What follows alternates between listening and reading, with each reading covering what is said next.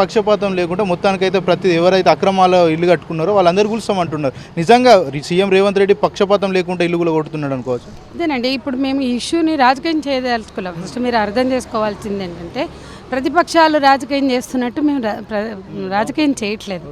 మేము రాజకీయం చేయట్లా. మేము ఇక్కడ ఉన్నది ఏంటంటే 97 నుండి రేవంత్ ఎక్కడున్నాడో అప్పటి నుండి మేము ఉద్యమం చేస్తున్నాం కదా. మేధావి బాలగోపాల్ గారు ప్రారంభించిన మానవ హక్కుల నేత బాలగోపాల్ లాంటి వాళ్ళు ఇనిషియేట్ చేసిన ఉద్యమాన్ని మేము కొనసాగిస్తున్నాం ఆయనతోటే వదిలేయకుండా. కాబట్టి ఇవాళ ఆ రోజు ఈ నాయకులు కేటీఆర్ లేడు, రేవంత్ లేడు, వీళ్ళ రాజకీయాల్లోకి మమ్మల్ని లాగి ఈయనట్లన్నాడు ఆయనట్లన్నాడు కాదండి.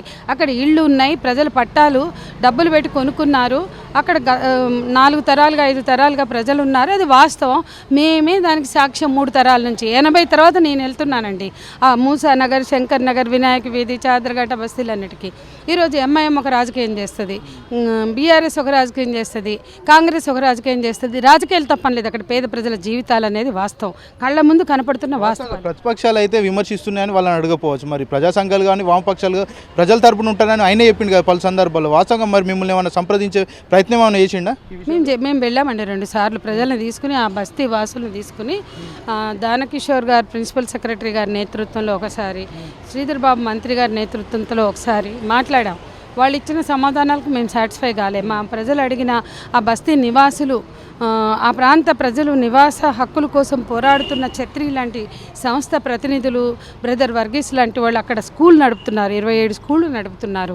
వాళ్ళందరూ వేస్తున్న ప్రశ్నలకి వాళ్ళ నుంచి మాకు సమాధానాలు సరిగా దొరకలేదు. అవి ఏంటి అంటే ఎడ్యుకేషన్ పాలసీ ఏంటి, 0 to 6 ఎంతమంది పిల్లలు ఉన్నారు, వాళ్ళ చదువుకి ఏం చేస్తారు, 6 నుంచి 14 వరకు అంటే స్కూలింగ్, 10th క్లాస్ వరకు ఎంతమంది పిల్లలు ఉన్నారు, వాళ్ళ కోసం ఏం చేస్తున్నారు, అట్లాగే 14 to 18 వాళ్ళ కోసం ఉన్న పాలసీ ఏంటి, మొత్తం మీద ఆ ప్రాంతాల్లో నిర్వాసితులను చేస్తున్న పిల్లల ఎడ్యుకేషన్ పాలసీ ఏంటి అని అడిగాం.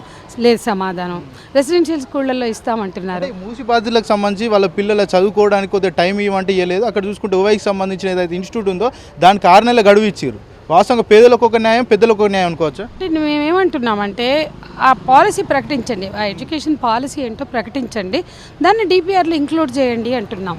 అట్లాగే ఇప్పుడు వాళ్ళ రోజుగారీ అంటే జీవనోపాధి, దానికి సంబంధించినది ఏంటి అంటే వాళ్ళకి డ్వాక్రా రుణాలు ఇస్తామంటున్నారు. అది ఎక్కడెక్కడో పుట్టక చెట్టుకి వెళ్ళిన వాళ్ళు ఆ డ్వాక్రా రుణాలతో కూడా వాళ్ళ జీవనోపాధి, ఎందుకంటే ఈ చుట్టూ పరిసరాల్లో వాళ్ళ జీవనోపాధి ఉంది. వాళ్ళు రకరకాల 60 రకాల వృత్తులు చాదరగాడ్ బస్తీల్లో, ఆ మూసానగరు ఆ ప్రాంతాల్లో ఉన్న వాళ్ళు చేసుకుంటున్నారు. అంటే వాళ్ళు మార్కెటింగ్ కూడా అక్కడే చేసుకుంటారు కదా. వాళ్ళు పూలు అల్లినా, పందిర్లు అల్లినా, ఇంకేం చేసినా కూడా రకరకాల పనులు చేస్తున్నారు. దానికి సంబంధించింది ఎక్కడ ఊరవతలు ఉండదు, ఖచ్చితంగా సిటీల్లోనే ఉంటాయి. కాబట్టి వాళ్ళ జీవనోపాధి, వాళ్ళ పని, వాళ్ళ వృత్తి, వాళ్ళ బతుకు తెరువు కూడా ఇక్కడే ముడిపడి ఉంది. అందుకే మేమేమంటున్నాం అంటే ఫస్ట్ ప్రయారిటీగా అక్కడే బఫర్ జోన్లో హౌసింగ్ని ప్లాన్ చేయండి. అట్లాగే మిగతా అంశాలు ఇందాక నుంచి నేను చెప్పినవి ప్లాన్ చేయండి, ఇవన్నీ డిపిఆర్లో ఇంక్లూడ్ చేయండి అంటున్నాం.